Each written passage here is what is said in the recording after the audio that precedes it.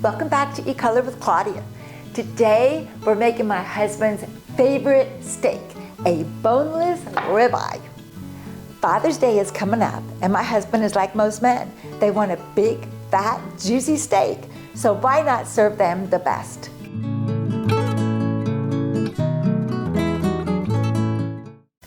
Cooking a steak can be really intimidating. At least to me, it always was. Not only is the meat expensive, but it's also like the main dish.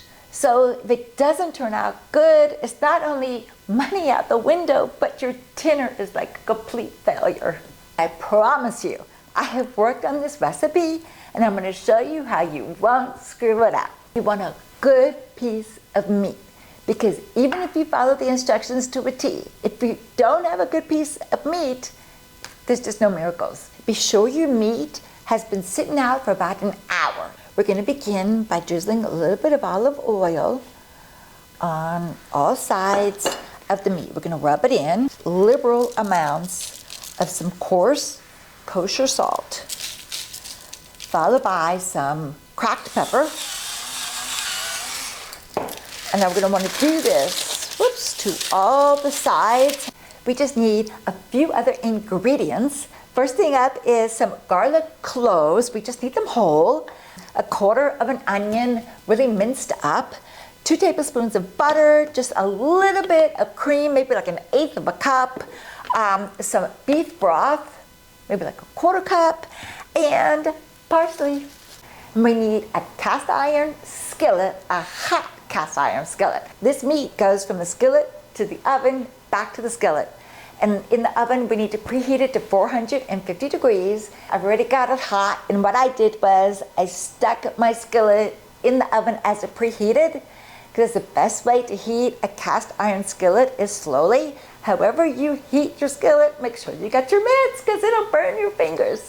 Temperature's on medium, and each one of these ribeyes has got one fat side. I'm gonna stick it in here. Here we go, listen to that. You can hear it sizzle, which is perfect. And now what I'm doing is I'm going to render the fat on this one side for maybe like a minute, not long. I'm gonna lay my steak down on one side here, and I got a little bit of fat in here, and here we go. I'm gonna leave this here for 2 to 3 minutes, depending on how big your steak is. So I'm gonna leave this on here for 2.5 minutes. So I'm gonna set my clock. Okay, I think it's ready to flipper.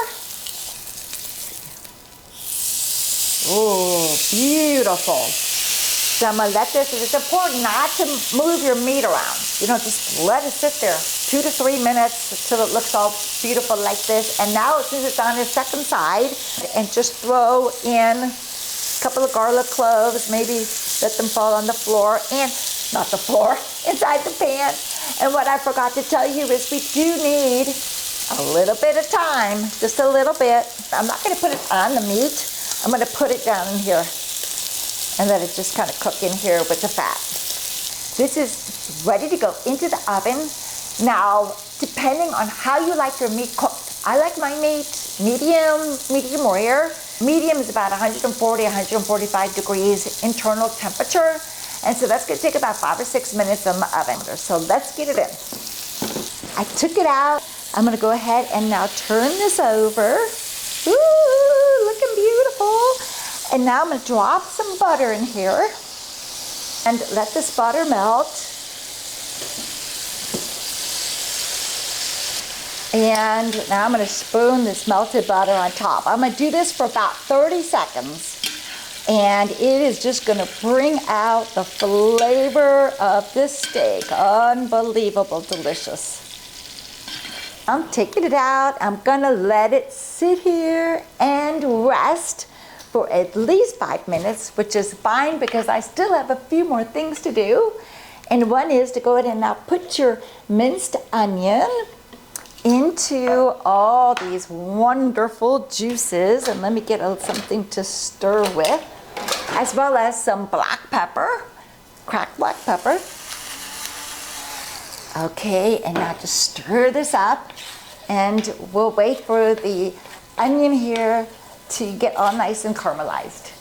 Now we're gonna add a little bit of broth and just a little tad of the cream. And I'm gonna stir this up. Oh, it's time to lift this up and move it. Actually, I'm gonna cut it right here. I'm gonna cut it in little strips right here. Okay, let's see here. Ah, it looks delicious.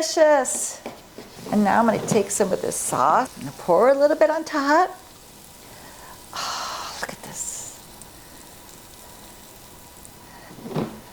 Now we drizzle a little bit of parsley. And look at this beautiful ribeye steak. Oh, just to die for. Y'all, this is how you cook a ribeye without messing up. This looks fabulous. It's so, oh my goodness. To die for. This is delicious. Oh, I just love all this juice. Oh, y'all, if you haven't already, subscribe for more great recipes. And next Friday, if someone in your life likes bacon and potatoes for breakfast or for brunch, I've got an amazing recipe next week. Until then, bon appetit.